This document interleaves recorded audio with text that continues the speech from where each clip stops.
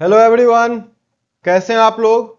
Hopefully काफ़ी बढ़िया होंगे। तो हम लोग रिएक्शन मैकेनिज्म पढ़ रहे थे और इस सीरीज में काफ़ी दिनों बाद ये वीडियो आ रहा है, तो मैं स्टार्टिंग में थोड़ा कुछ सेकेंड्स आपको रिवाइज करा दूंगा। जो हमने पढ़ा है उसका एक छोटा सा रिकैप ले लेंगे, फिर हम लोग आज का टॉपिक स्टार्ट करेंगे। तो हमारा ये टॉपिक है रिएक्शन मैकेनिज्म का। और रिएक्शन मैकेनिज्म में हमने जो पहला इंटरमीडिएट स्टार्ट किया था वो था हमारा कार्बोकेटाइन। और कार्बोकेटाइन में हमने दो चीजें पढ़ ली थी, पहला इसका फॉर्मेशन और दूसरा रीअरेंजमेंट। इस चैप्टर के स्टार्टिंग में मैंने आपको चैप्टर का एक फ्लो बताया था कि हम लोग इसको कैसे पढ़ने वाले हैं। तो इसमें मैंने आप लोगों को बताया था कि सबसे पहले हमारे पास रिएक्टेंट गिवन होगा, रिएक्टेंट से हम लोग सबसे पहले पहला इंटरमीडिएट बनाएंगे और फिर पॉसिबल होगा तो इससे दूसरा इंटरमीडिएट बनाएंगे और फिर हम लोग इससे प्रोडक्ट की तरफ बढ़ेंगे। अब यहाँ पे इस चैप्टर में कार्बोकेटाइन इंटरमीडिएट में जब हमने फॉर्मेशन ऑफ कार्बोकेटाइन सीखा तो हमने रिएक्टेंट से इंटरमीडिएट बनाना सीख लिया। जब हमने सीखा फॉर्मेशन ऑफ कार्बोकेटाइन, फिर जब इसका रीअरेंजमेंट सीखा तो एक इंटरमीडिएट को दूसरे में कन्वर्ट करना सीख लिया। यहां तक हम लोगों ने पढ़ लिया है। अब हमें इस इंटरमीडिएट से प्रोडक्ट तक पहुंचना है, तो हमें यह मालूम होना चाहिए कि यहाँ जो हमें कार्बोकेटाइन मिला है वो क्या क्या रिएक्शन शो कर सकता है, कैसे आगे प्रोडक्ट की तरफ जा सकता है। तो इसी में हम लोग पढ़ने वाले हैं रिएक्शन शोन बाय कार्बोकेटाइन। तो अब आपका फ्लो डेवलप हो गया होगा, तो चलिए हम लोग स्टार्ट करते हैं आज का टॉपिक जो है हमारा रिएक्शन शोन बाय कार्बोकेटाइन। जितने भी कार्बोकेटाइन हैं वो दो तरीके से रिएक्ट करते हैं। पहला जो है वो है कॉम्बिनेशन, अभी इनको हम लोग डिटेल में पढ़ने वाले हैं। पहला है हमारा कॉम्बिनेशन, दूसरा है हमारा एलिमिनेशन।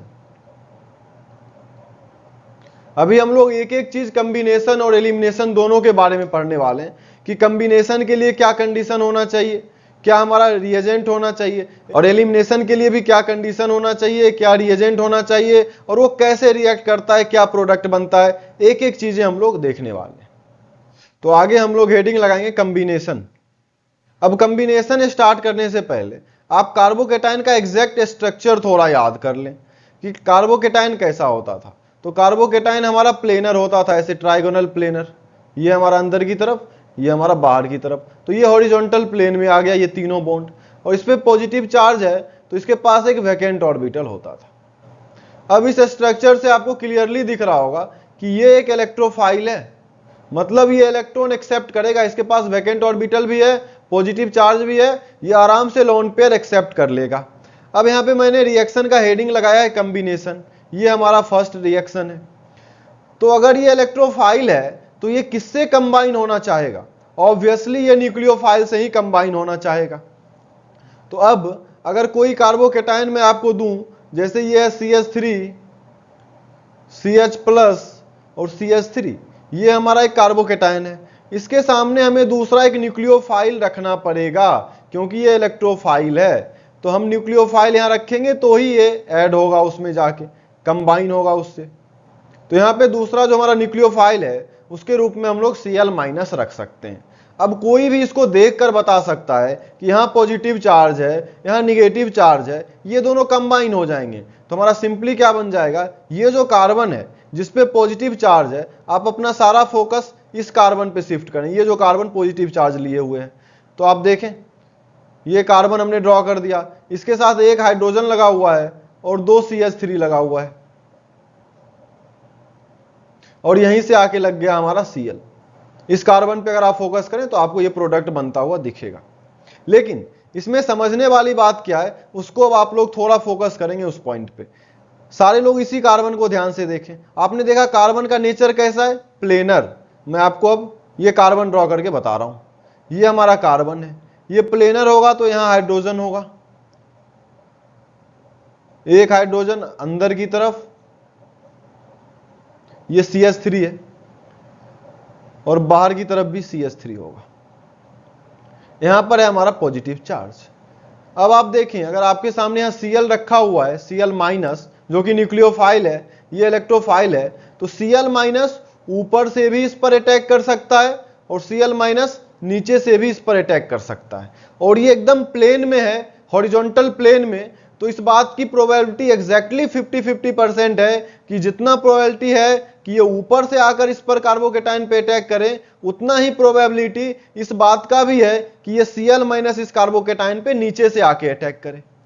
यहां पर एक भी रीजन ऐसा नहीं है जो ये बता रहा हो कि न्यूक्लियोफाइल केवल ऊपर से जाएगा या केवल नीचे से जाएगा। यहां पे टॉप बॉटम दोनों तरफ से अटैक होगा। तो चलिए अब हम लोग प्रोडक्ट देख लेते हैं। यहां पर मैं फिर से वही स्ट्रक्चर ड्रॉ कर देता हूं।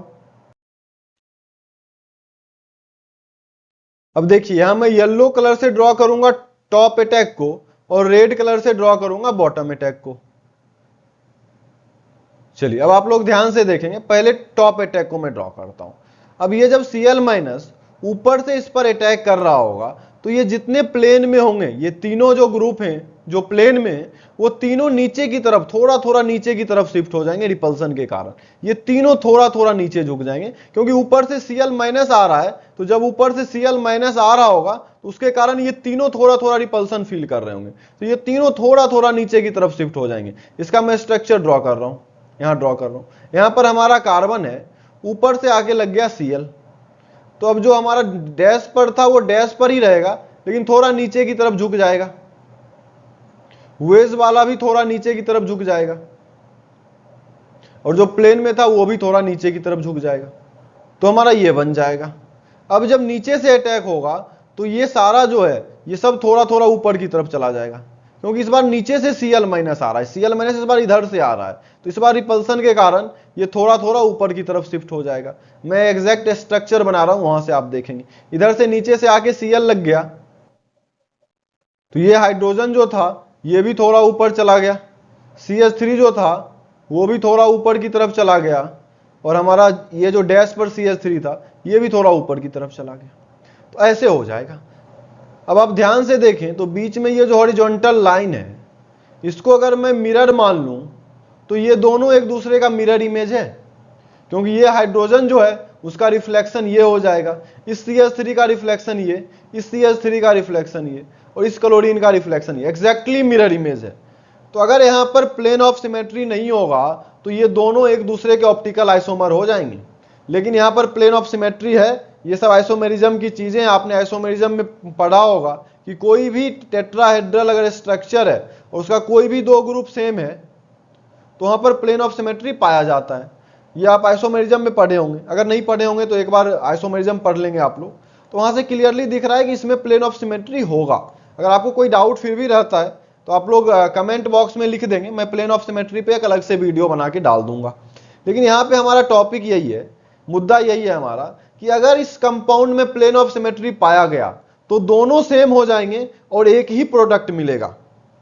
लेकिन यहां पे अगर प्लेन ऑफ सिमेट्री नहीं पाया गया तो क्या होगा, तो ये दोनों अलग अलग कंपाउंड होंगे और दो प्रोडक्ट पाया जाएगा। देखिए प्रोडक्ट बनाना तो काफी आसान है, कार्बोकेटायन जो है उसको आप न्यूक्लियोफाइल से जोड़ दें, बस ये दोनों बॉन्ड बना लेगा और हमारा प्रोडक्ट मिल जाएगा। लेकिन प्रोडक्ट जो है वो एक प्रोडक्ट बन रहा है या दो प्रोडक्ट बन रहा है, जो प्रोडक्ट बन रहे हैं वो आइडेंटिकल हैं या डिफरेंट हैं, प्रोडक्ट कैसे बन रहा है, टॉप बॉटम अटैक से क्या क्या प्रोडक्ट आ रहा है, ये समझने की चीज है और यही काफी मजेदार चीज है।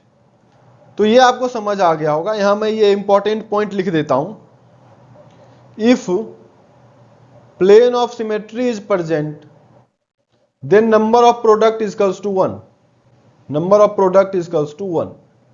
और सेम चीजें if plane of symmetry is absent, plane of symmetry को मैं POS लिख देता हूं, plane of symmetry is absent then 2 product, और वो दोनों एक दूसरे के ऑप्टिकल आइसोमर होंगे, एक दूसरे के मिरर इमेज होंगे। वो हमें इससे समझ आ गया। अब क्या कि आप हर क्वेश्चन में ऐसे टॉप बॉटम अटैक करा कर तो देखेंगे नहीं, तो जब क्वेश्चन आएगा तो आपको क्वेश्चन कैसे सॉल्व करना है इसके लिए मैं आपको एक क्वेश्चन करा देता हूं। तो हमारा क्वेश्चन जो है वो ये है, यहां पर है हमारा पॉजिटिव चार्ज। अब इस पे आपको Cl माइनस का कॉम्बिनेशन कराना है, तो कैसे कराएंगे? तो इसमें आप हमेशा वो 3 डायमेंशनल स्ट्रक्चर बना के टॉप बॉटम अटैक करा के नहीं देख सकते। उससे अच्छा आप क्या करें, डायरेक्ट इसका कॉम्बिनेशन करा दें। यहां मिथाइल लगा हुआ है, यहां पे जहां पॉजिटिव चार्ज था वहां आके Cl माइनस लग गया, तो ये हो जाएगा हमारा फाइनल स्ट्रक्चर। अब आप देख लें कि ये जिस कार्बन से आके लगा है, ये कार्बन ये ऑप्टिकली एक्टिव है यानी, तो यहाँ देखिए चारों तरफ जो ग्रुप लगे हुए हैं 1 2 3 और 4, ये चारों ग्रुप डिफरेंट है, यानी कि ये हमारा कायरल कार्बन हो गया। तो ये ऑप्टिकली एक्टिव होगा।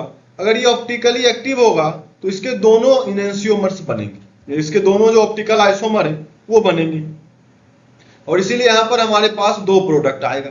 अगर यही ऑप्टिकली एक्टिव नहीं होता, ज्योमेट्रिकल आइसोमर भी पॉसिबल नहीं होते, तो क्या होता, सिर्फ एक ही प्रोडक्ट बन जाता हमारा। लेकिन इसका वजह क्या है, क्यों एक से ज्यादा प्रोडक्ट बन रहा है? हम लोग क्या कर रहे हैं, प्रोडक्ट बना के उसका आइसोमर बना रहे हैं, ऐसा नहीं कर रहे हैं। ऐसा तो हम लोग आंसर पाने के लिए कर रहे हैं। यहाँ वास्तव में 2 प्रोडक्ट बन रहे हैं, और वो 2 प्रोडक्ट कैसे बन रहे हैं, तो टॉप बॉटम अटैक की वजह से।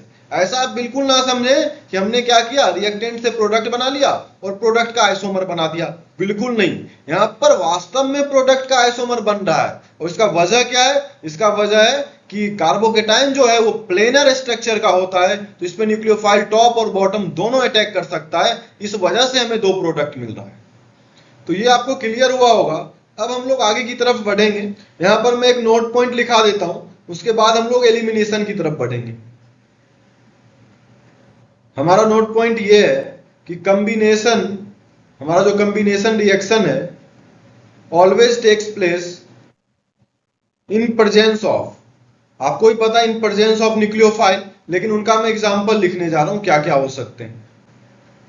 F minus, Cl minus, Br minus, I minus, H2O, ROH etcetera. ये सारी चीजें जब एरो पे रहे तो ये सारे न्यूक्लियोफाइल हैं, और कार्बोकेटाइन के साथ इनमें से कोई भी चीज आपको दिखे एरो पे तो आप समझ जाएंगे कि वहां कॉम्बिनेशन होना है। एक्चुअली जब हम लोग एलिमिनेशन पढ़ेंगे ना तो आपको इस पॉइंट की अहमियत समझ आएगी, क्योंकि अभी तो एक ही रिएक्शन आपने पढ़ी है कॉम्बिनेशन, अभी तो आपको कोई भी निगेटिव चार्ज दिखेगा आप कॉम्बिनेशन करा देंगे। लेकिन एक्चुअली जब हम लोग एलिमिनेशन पढ़ लेंगे तब हमें इन दोनों के बीच डिफ्रेंशिएट करने की जरूरत पड़ेगी, तब वहां पर यह पॉइंट आपके लिए काफी हेल्पफुल। चलिए अब हम लोग स्टार्ट कर देते हैं एलिमिनेशन रिएक्शन।